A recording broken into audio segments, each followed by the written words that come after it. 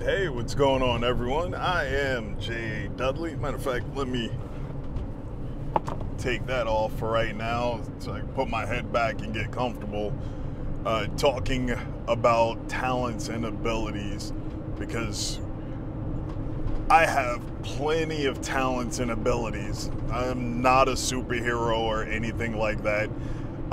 Hopefully one day my sons will look at me like a superhero, or maybe they already do, but they weren't there on the grind for me to learn all the skills that I know, the struggle, the wins and losses, and everything that I've done. The wins and losses on my fight record. There's a story behind each and every one of them. There's a story once that cage is locked and the referee asked, "Are you ready?" And a few times the answer in my head was, "Am I ready? I'm not sure." But I would still nod my head and push forward no matter what the outcome would be. That's pretty much a lot of my life. I just put my head down and just grind forward with whatever occupation that I have. I'm going to do the best job that I can in that occupation, no matter what it is. And I am going to make sure that I'm at the top in whatever field that is, even if I don't know what I'm doing. I'm going to research it. I am going to just continue to grind and become better at it. Another avenue of is relationships. Actual love relationships, not even the friendships and everything. Love interest relationships. Like my oldest son, he knows that there have been failed relationships. I have talked to him about that. He has seen some of those failed relationships, but now he is seeing one that I am diligently working hard to hold on to maintain, to live up to, and to be happy and satisfied with. When there were so many that it's like, oh, that's the one. That's the one that checks all the boxes. But that wasn't the one for me. I thought that it was, especially in the time and moment, but no. And then my wife now, you look back at it, we met way back in 1998, I believe. And there were so many stories of ups and downs with what it was that where our lives were at that time. That what is that? I don't know the actual quote, but in my mind, the DMX song, "If you love something, let it go, and then it comes back, and then it's yours." That's how it plays in my head, DMX. But the actual quote of where he even got it from, or where it's actually from, I don't know. If you love something, let it go. Arr, arr, arr, arr. Wow. Where my dog's at? For anyone that remembers or knows who DMX, their rapper, was. But I fell in love with her then, but she wasn't ready for someone like me. So we had to go in separate ways to actually come back to each other. So that's actually a loss that I was able to, was it 2 decades later? I think, right? That's one. A decade and a half later, coming back together, and our love and passion for each other flourished. But in between all that time, it was like, oh, happy relationship, failure relationship, happy relationship, failure relationship. Or do I just be a scumbag because that's who's winning out there? The scumbags are winning out there. Is that what I need to be? Is that what I needed to do? I don't know. In my professional world, there's so many wins and losses. Being a nightclub bouncer, and excelling at that, making money, starting a company, getting all of these contracts, doing bodyguard work, and then something happens and all the work dries up. Or someone gets injured, or you got to go to court for this, or you get shot. What was that, 2006? That's when I got shot. I thought the guy was going to punch me in the face, so I slipped under it, and me slipping under it brought the gun right here to my shoulder, and blow, blow. One shot in my shoulder, another one to one of my employees, where I had to answer for that. I didn't even know that I got shot. Just my arm started feeling warm, and it's like, oh, hey, I am covered in blood. Turn on all of these lights, get everybody out the club. Owners of the club, where's my money at, so I could pay out everyone so we could get to the hospital, because the police department in Jersey City was right across the road, but they decided not to answer the phone. They're not showing up. They don't care about what happens at a nightclub, or they were just understaffed. Who knows?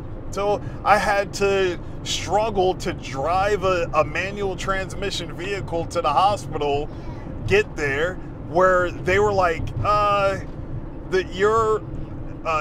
that bullet is, we don't want to go in there because we'll destroy more than it will be to save or get the bullet out of there. So you're better off just leaving it in there, and over time it'll work its way to the surface and out of your shoulder.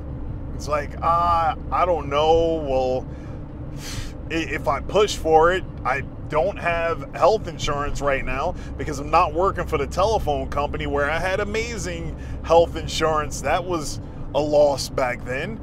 But I thought, it was like, well, maybe they're correct. So I allowed that to happen, and then the next year started my fight career. But I was already training, but my first pro fight was in March of 2007. And when did this happen? When I got shot, I think, I can't remember the exact date in 2006.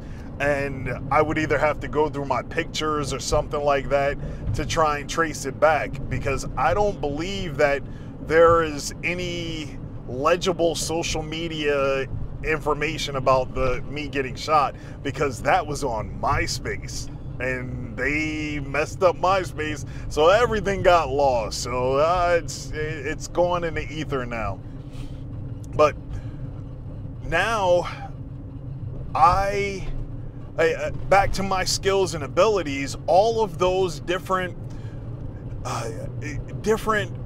opportunities, because they weren't all losses. Well, actually none of them were losses, because I learned something from them and I gained another skill. Like, my pockets are full with all of these skills. I know how to communicate with people and deal with their emotions. Sometimes I don't care about their emotions, but I know and understand how they're feeling and having empathy, because at one point in my mind, I had to be a good listener so that I can get in the next female's pants. So I had to understand, have empathy, not even knowing what empathy was. I just had to be a good listener and be agreeable and try and work with them, figure out what it is that they wanted out of life, so maybe I could be that person. That's when I was bouncing around from being all of these different people and not settling on my one self, that my true self of who I am. So I had to figure that out about me. That was another skill and talent, getting rid of all of this baggage of myself, of me pretending to be someone else, me being a poser for that moment, me trying to put on a facade and say, oh yeah, I could be that guy, but I actually wasn't. I knew who I needed to be, So I had to diligently work hard at being that person. And that was a multi-year struggle to say, like, okay, well, this is who I am, but then I would backslide a little bit. I would have to have that talk and conversation with myself in the mirror to really affirm who I was. I had to figure out, am I telling the truth, or am I not only lying to other people, I'm lying to myself that's not really me. So now I go through all of these things. I can, at the drop of a hat, be an electrician because I gained those skills in high school. I have these fight skills. I have personal training skills. I have truck driving skills. I have people skills. I'm a people person, damn it. What movie is that from? I can't think of it. It was, yes, my chunk. No, we're going this way. Okay. Yes. So, oh yeah, what movie was that from? I think it was from Office Space, when the Bobs were interviewing some middle management guy and he started to lose his crap. But that's irrelevant. Most of you have already caught where that reference was from before I even thought about it. Now, a skill that I am gaining and becoming stronger with is me diving into the Word and seeing it in real time going all around us.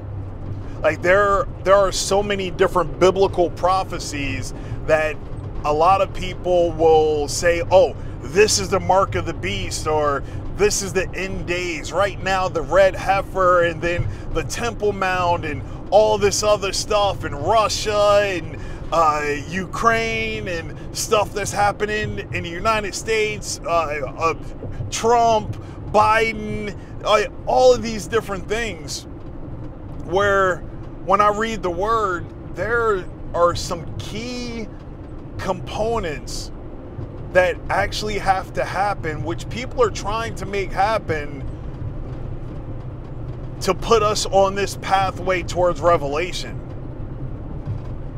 I still don't understand why people are trying so hard to make revelation happen, because that is going to be a terrible time. But that's also a perspective thing.